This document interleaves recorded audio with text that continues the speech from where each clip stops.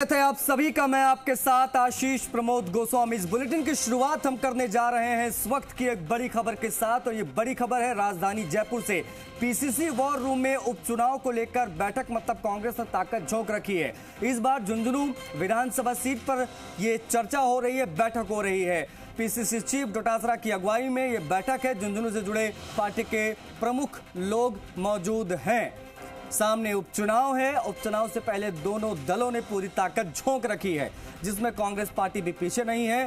गोविंद डोटासरा लगातार बैठक कर रहे हैं। कल हमने देखा खिंवसर देवली उनियारा को लेकर बैठक, और आज झुंझुनू को लेकर बैठक होगी, दौसा को लेकर भी बैठक होनी है। और आज इस वक्त जो जानकारी हम आपको दे रहे हैं वो झुंझुनू से जुड़े पार्टी के जो प्रमुख नेता हैं वो जयपुर में मौजूद हैं। वॉर रूम में ये बैठक चल रही है। इलेक्शन को लेकर पार्टी कोई कोताही नहीं बरत रही, भले उपचुनाव, लेकिन पूरी ताकत झोंक रखी दोनों ही दलों ने। हमारे bureau chief Shashi Mohan Sharma connect हो गए, उनसे बातचीत करेंगे। शशि, उपचुनाव 6 सीटों पर और दोनों ही दलों ने पूरी ताकत झोंक रखी है। एक तरफ बीजेपी बैठकें कर रही है तो कांग्रेस भी पीछे नहीं है। इस वक्त झुंझुनू को लेकर क्या बैठक चल रही है, कौन कौन से नेता मौजूद हैं, बताएं। देखिए, आज पीसीसी वॉर रूम में मीटिंग है। कल जो मीटिंग थी दरअसल पीसीसी के हेड ऑफिस में थी। झुंझुनू सीट से विधायक रहे और अब सांसद बन चुके ब्रजेंद्र ओला इस बैठक में मौजूद हैं। साथ में जो पार्टी ने 4 नेताओं की टीम गठित की है, उसमें नसीम अख्तर इंसाफ पूर्व मंत्री हैं, राम सिंह कसवा संगठन के महासचिव रहे हैं, अभी भी मौजूद हैं महासचिव। साथ में दिनेश सुंडा जो प्रधान हैं और जिलाध्यक्ष हैं झुंझुनू के, वो हैं। मनोज मेघवाल हैं जो सुजानगढ़ से विधायक हैं। साथ में सुधींद्र मूंड है जो यूथ कांग्रेस के कार्यकारी अध्यक्ष हैं, ये मौजूद हैं। इसके साथ में पार्टी के ब्लॉक स्तर के कार्यकर्ता, पदाधिकारी, साथ में जिले की टीम वो मौजूद है। पीसीसी के जो पदाधिकारी जो इस सीट से आते हैं, झुंझुनू से आते हैं, वो मौजूद हैं।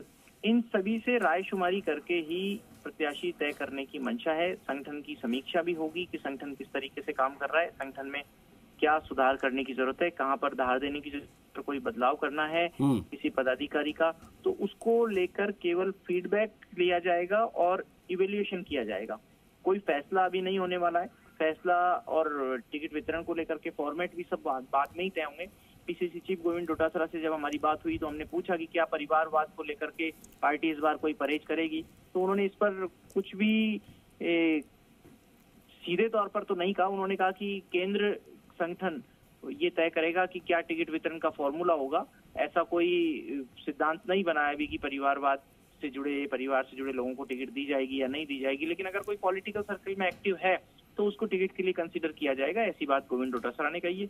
अलायंस अभी तक जो खिंवसर और 84 सीट है वहां के लिए भी अभी कोई अलायंस की चर्चा नहीं है। जी शशि, अभी चुनाव की डेट अनाउंस नहीं हुई है, संभवतः नवंबर की बात हो रही है, लेकिन उससे पहले इतनी ताकत लगाना दोनों दलों से किस प्रकार से इसे देखा जाए, क्योंकि आमतौर पर चुनाव में इतनी मेहनत करती पार्टियां दिखती नहीं है। देखिए, चुनाव में मेहनत करती पार्टियां दिखती नहीं है, इस बात से तो मैं इत्तेफाक नहीं रखूंगा आशीष, क्योंकि पार्टियां बहुत मेहनत करती हैं चुनाव के लिए, क्योंकि वो चुनाव ही है जिसका पार्टी इंतजार करती है।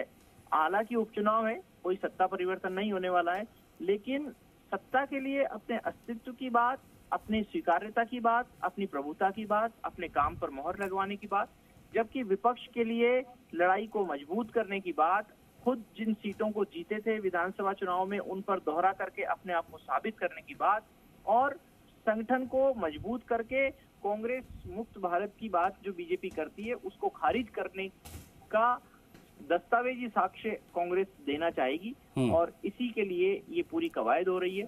PCC chief Govind Dotasra 6 seat पर जीत का दावा कर रहे हैं। 6 सीट यानी सलूम्बर की सीट भी अब हो गई है।